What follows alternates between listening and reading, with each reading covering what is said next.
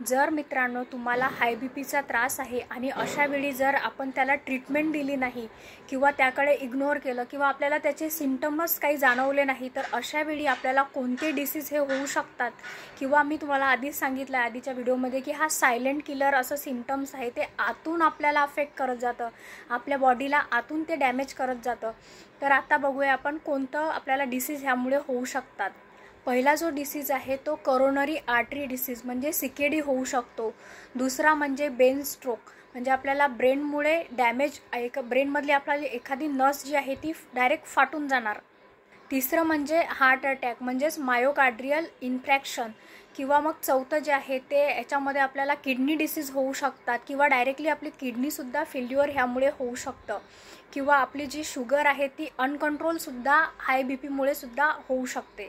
पाचवं याच्यामध्ये डिसीज होण्याची शक्यता आहे की काही महिला आहे की त्यांना जाणवत नाही की आपल्याला हाय बी पीचा त्रास आहे, तर अशा महिलांना जर प्रेग्नन्सी राहिली आणि त्यावेळी जर त्यांना कळालं की यांना हाय बी पीचा त्रास आहे, तर अशा वेळीसुद्धा त्यांच्या प्रेग्नन्सीमध्ये खूप सारे कॉम्प्लिकेशन ह्या हाय बी पीमुळे येऊ शकतात।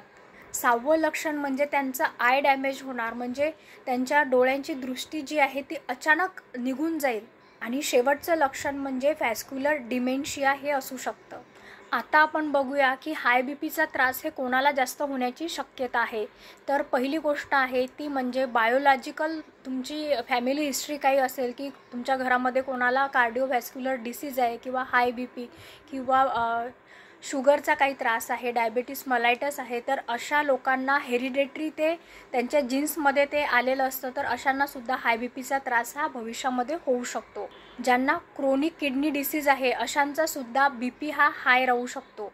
काहींना मेटाबॉलिक सिंड्रोम असतील ह्यांचासुद्धा हाय बी पी राहू शकतो। काहींमध्ये स्लीप ही खूप डिस्टर्ब झालेली असते, म्हणजे ऑब्स्ट्रक्टिव्ह स्लीप ॲपनियासुद्धा असतो, म्हणजे त्यांना झोप पुरेशी होत नाही, 8 तास जरी झोपले तरी त्यांना फ्रेश वाटत नाही, कारण की त्यांचं जो अनकॉन्शियस माइंड आहे तो कधी रिलॅक्स होतच नाही, कारण की तो रिलॅक्स होणं गरजेचं आहे। ज्यांना थायरॉईडचा त्रास आहे अशांनासुद्धा हाय बी पीचा त्रास हा असू शकतो। हाय बी पीचा त्रास होण्याचं आणखी एक कारण म्हणजे मेन गोष्ट म्हणजे ओबेसिटी किंवा तुमचा पोटाचा घेर हा जेवढा वाढला जाईल त्याच प्रमाणामध्ये तुमची बी पी हाय होण्याची शक्यता ही खूप जास्त असते, म्हणून पोटाच्या घेराकडे लक्ष देणं खूप महत्त्वाचं आहे। अपुरी झोप, जेव्हा आपली पूर्ण झोप होत नाही तर अशामुळे सुद्धा आपला बी पी हा वाढत असतो। हाय बी पी होण्याचं आणखी एक मुख्य कारण म्हणजे सोडियमचा इंटेक जास्त असणं।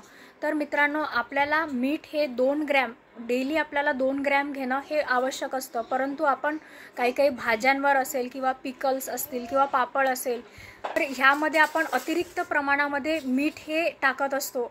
आणि त्याचबरोबर आपण फ्राईड फूड असेल किंवा मग आपण चिप्स खातोय तर त्या चिप्सवर किंवा पोटॅटो लाईट्स खात असतो आपण किंवा फ्रेंच फ्राईज खात असतो, तर अशा वेळी त्यामध्ये खूप साऱ्या प्रमाणामध्ये आपण मीठ घालून ते पदार्थ आपण बनवलेले असतात आणि अशामुळे सुद्धा आपला बी पी हा वाढत असतो। आणि लास्ट नॉट बट लिस्ट सर्वात महत्त्वाचं याच्यासाठी कारण आहे स्मोकिंग किंवा टोबॅको चिविंग किंवा मग अल्कोहोल ड्रिंकिंग।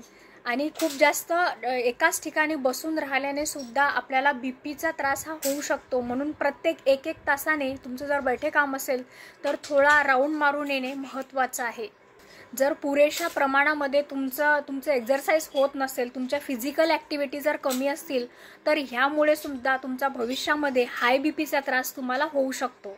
खूप जास्त शुगरी पदार्थ ज्याच्यामध्ये शुगर कंटेंट खूप जास्त आहे किंवा फायबर खूप लो आहे असे सुद्धा घेतल्याने सुद्धा आपला बी पी वाढत। जर तुम्हाला वाटत असेल की आपलं हृदय हे निरोगी राहावं तर तुम्हाला या हाय बी पीच्या सिम्पटम्सकडे आणि हे कशामुळे होतं आणि ह्याचे काय सिम्पटम्स आहे आणि बी पी मॉनिटरिंग करणं खूप महत्त्वाचं आहे। तर तुम्हाला माझा व्हिडिओ कसा वाटला ते कमेंट बॉक्समध्ये मला नक्की सांगा आणि इतरांपर्यंत ही उपयुक्त माहिती नक्की शेअर करा। धन्यवाद।